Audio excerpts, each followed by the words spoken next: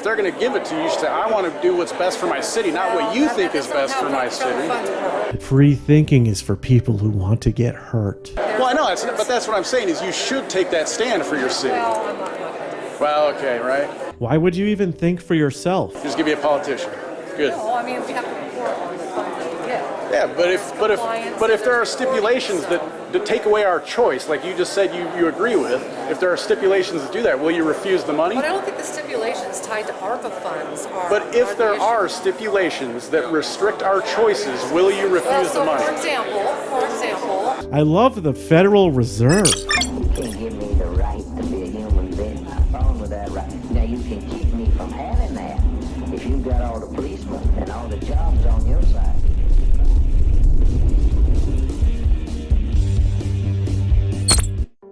Hey y'all, and thanks for joining me for this video, which is of my second night of attending the town hall meetings held by the corporation that is Spokane to take input from residents on how the bribe money sent by the predator class through one of Spokane's parent companies known as the federal government should be used.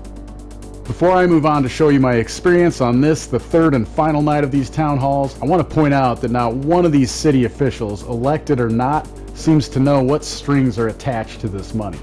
They all admit that there are strings, they just say they don't know exactly what they are. They also don't seem to care. They just see big dollar signs and ways to make the people think they actually did something to help the individuals instead of growing government. In reality, all they did was accept stolen money and use it to further the agenda set forth by our federal government and the ones who create this fiat currency known as the US dollar out of thin air to then give out to the ones who will follow the rules and enforce them. It works kind of like a social credit score, but for these municipal corporations instead of individuals. The conversations you're going to hear tonight are with the Economic and Small Business Development Representative for Spokane and the figurehead of the corporation, as well as a former corporate media hack that now lies to us as a politician instead of presenting fake news. That's right, it's Mayor Nadine Woodward. Just getting what they're writing on the boards here. I want to make sure you think about student transitions as well, particularly for emerging industries and workforce issues. For STEM education and for career connection, particularly with like up and coming industries in this area, like McKinstry or robotics, drones, AI, all that stuff is changing so fast. If you're talking about economic development, you have a way. That shouldn't fall. I think we have a disconnect between high school kids leaving the K-12 system and what they're going to do next. Yeah. It's kind of this is like a lot of money and can really represent a springboard to help a lot of those kids. Looking at innovative models about how to kind of connect those career and college to the K-12 system. Have you talked with Spokane workforce training?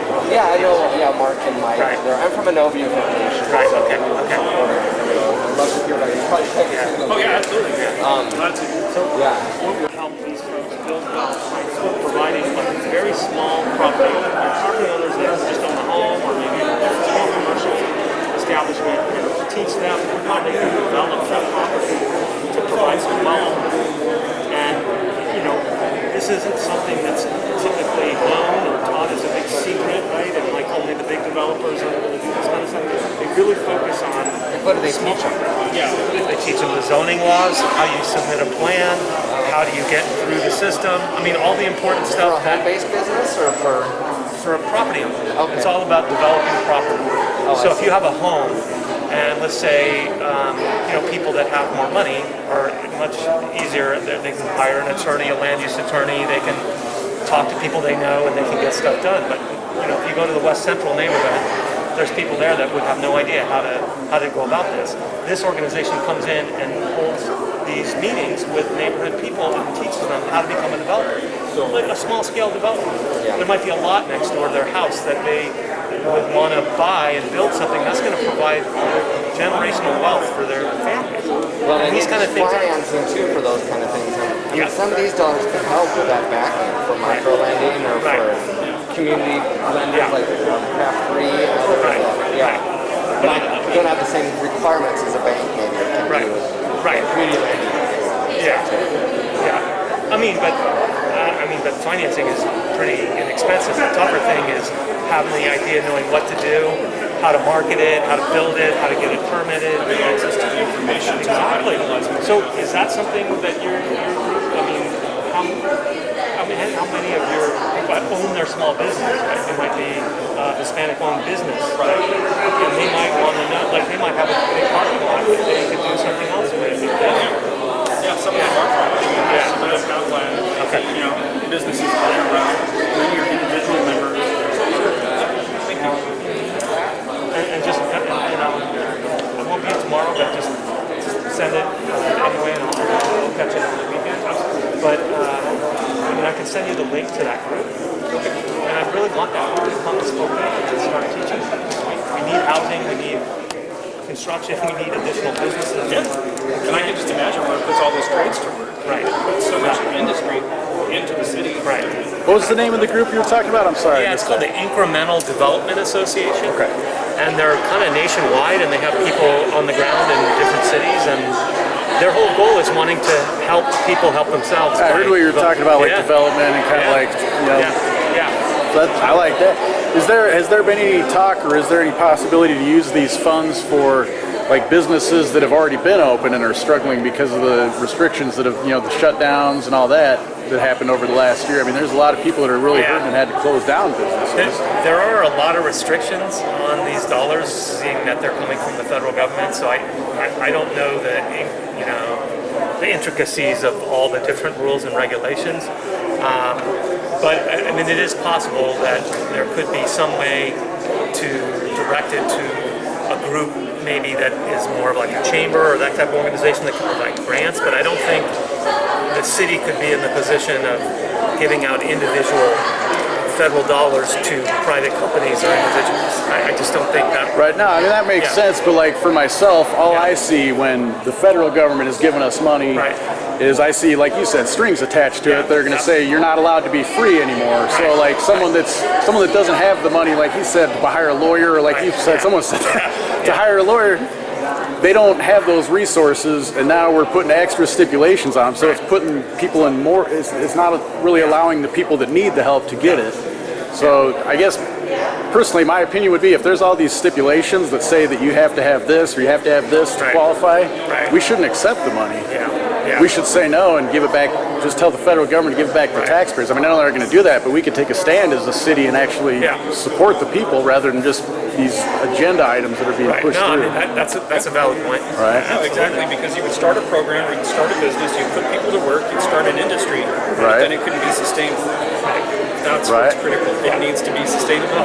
So understanding those stipulations up front, then at least now you can understand, okay, now I know what I'm getting into, I know what requirements I have, I know what my expectations are, I know what my reportables are, 5 years down the road, 10 years down the road, you can build that business in the right direction. I'll give you an example of something that I think is along the lines of what the funding could go towards.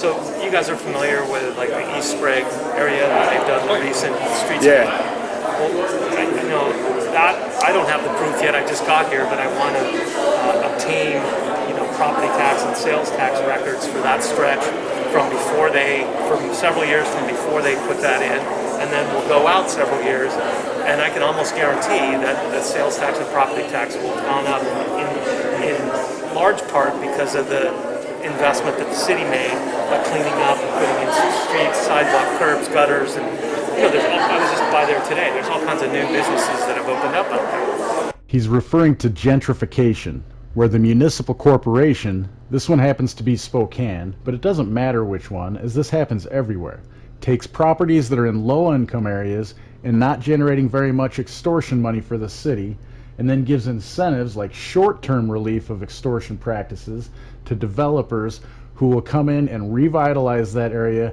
with the idea being, as you just heard, more revenue for the corporation in the end through this extortion racket that if anyone else did it would be considered organized crime. The city made no investment. It stole money to pay workers to improve streets and put up trees. This is something people in the area could have done on their own, and probably cheaper and faster. This process raises property values and brings in more middle to upper class residents, which results in more protection money or taxes for all of you who prefer the use of government euphemisms to make unethical deeds sound nicer. So those are the kind of things that I think this funding can do that is sustainable. Because you go in and you kind of start something like that, you clean it up like North Monroe or East Gray, that kind of thing, and you put in that a little amount, but then the city's going to get back more in tax revenue over time from doing that. And that is sustainable. Because you're taking that money from the federal government, you're putting it into something that's going to generate. And the return comes back. Exactly. Oh, yeah, no, it does come back. So that's the type of thing I think of when I think of economic development, using that over the numbers. So who were you referring to a little while ago? So we're all pretty close. Murder rates are up.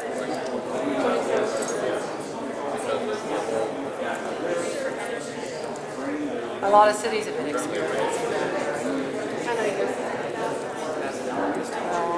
I'm a big supporter of the police, so we're not going to defund the police. So how does the mandate affect the police? The state mandate does, but the federal mandate does. Both likely. We believe. Well, we haven't. It hasn't come out yet, so it hasn't been initiated. And right now, it's not going to be obviously when we get back up. So we're waiting to get more information. At one point, we thought it was going to be effective December 1st. So maybe it'll take a little time.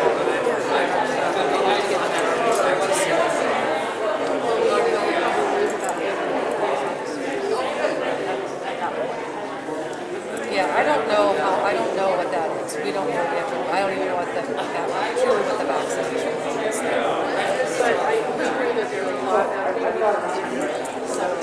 Well, we've had this, when we settled the contract finally, after 4 years, we had quite a few retirements at that point too. So. My friend went to the fire department, he got fired because he wanted to take a shot. No one understands why that happened.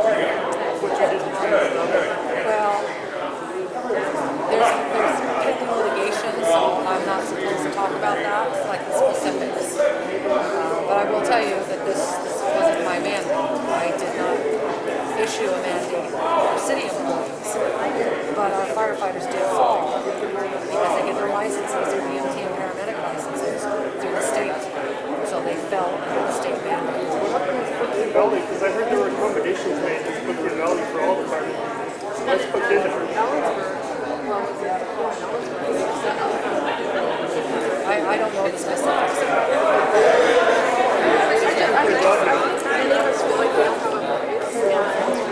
Well, I'm just curious, so the firefighters, like you just said, so they have to get their medical license through the state, so, but they're paid through the city, right? Is that, I'm just trying to clarify. So couldn't the city basically just say, look, we don't agree with you. I mean, if you don't agree with what the mandates are, you can still pay the firefighters. And I mean, what is are they going to come use force on the firefighters and tell them they can't actually help someone? I mean, that's kind of where we're at as a society now. Is we need to start making these tough decisions, like saying, you know what, I'm the mayor of this city and I'm going to stand up for my community rather than bow down to the guy across the mountains a couple hundred miles away. Well, and during a pandemic, our state constitution, like many states, gives the governor the ultimate authority. Humans have survived for centuries by following orders. So he has authority over my life? Because he hasn't done anything to me, but people in my own community, in our own community, are starting to do stuff to us because he tells them to, and he pays them. So what I'm saying is if the firefighters aren't paid by him, they're paid by you, then maybe as a city, we should be the first to take a stand for our own community and our local people, rather than say, what this guy over here is saying, it controls me, even though he's 100 miles away and he has no actual physical or authority over my life or anything like that. I mean, you're giving it to him. You're allowing him to have authority over your life, but we need to stop doing that and stick up for our own communities.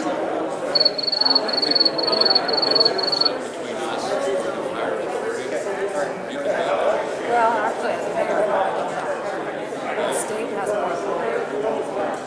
Have you heard of the doctrine of the lesser magistrate, where you interpose to protect the people under you against the higher authority that's being a tyrant.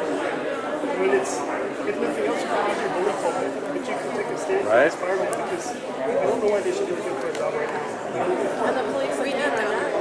Yeah. And people like me that works for a large employer, I'm like a student. I don't know.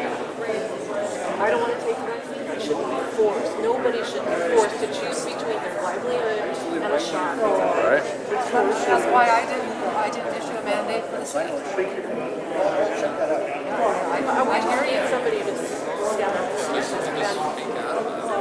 What happens when the city's funds are cut off, though, like federal funds? Then are you going to issue one?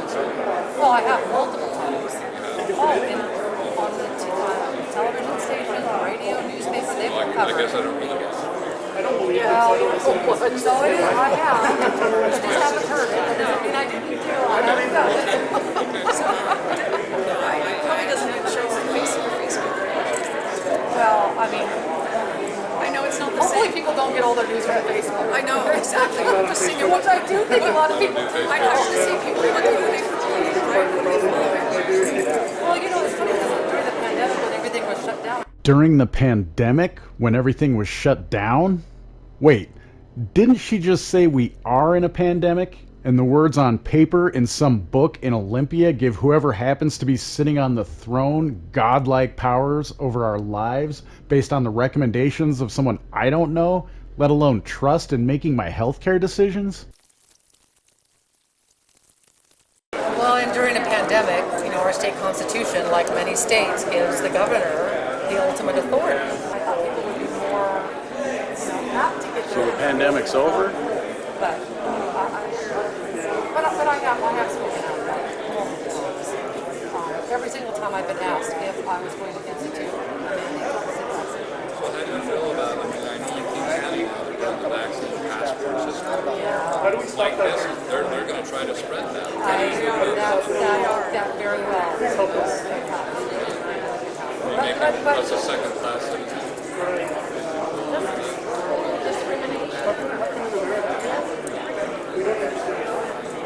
I guess, like, I hear you saying that you're not, you didn't do a mandate here in the city, but every one of these tables I go talk to, they all say there's stipulations with this money.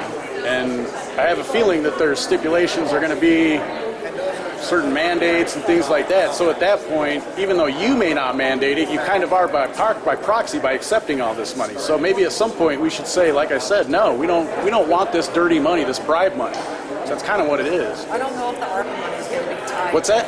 Are you saying the ARPA money is tied to vaccines?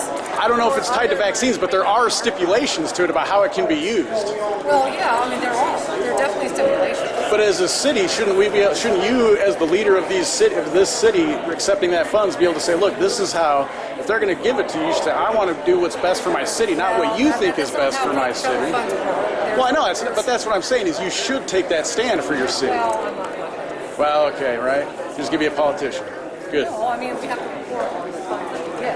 Yeah, but if there are stipulations that take away our choice, like you just said you agree with, if there are stipulations that do that, will you refuse the money? But I don't think the stipulations tied to ARPA funds are. But if there are stipulations that restrict our choices, will you refuse the money? For example, they're supposed to replace lost revenue. They're supposed to help individuals, families, businesses. Restore some of the services or some of the things that we couldn't do as a city because our revenues were down. I mean, we could use them for rental assistance. We could use them for utility assistance. There's a lot of good things. I can't. No, I agree. That's why I'm here. There's a lot of good things that could be used for. That would be a reason for me not to take it. I think it'd be worse if I didn't take it. Trust your community leaders. I don't know about that. Well, that's stolen money. Anyway, good to talk to you. Thank you for coming out. Appreciate it. Really appreciate you being able to come out and give us your ideas. And always willing to listen. How do we protect our police so that the same thing happens to the firemen doesn't happen to the police? How do we protect them? Would there be any way that the firemen are not supposed? We'll see. I can't. Like I said, pending litigation, I can't give you all the answers I know you want. I'm sorry. In conclusion, you just heard her say she can't give us all the answers. That's pretty clear. Everyone I asked about this said they didn't know what the stipulations were. But what they can do is take recommendations on how they'll spend this bribe money that has been stolen from us all. Are you really okay with that? Thank you again for supporting my channel. Just by watching my content, you are supporting my work. However, if you want to support me in other ways, sign up on censorship-fighting YouTube alternatives like LBRY, which uses Odyssey for its video platform, or Hive. Use the links in the description to earn yourself some decentralized crypto for getting started. There are non-cryptocurrency platforms as well, but you might as well get something of value in return for your support of your favorite content creators. Links to all of the platforms you can find Questionable Authority on are in the description. And don't forget to check out the Questionable Authority merchandise store.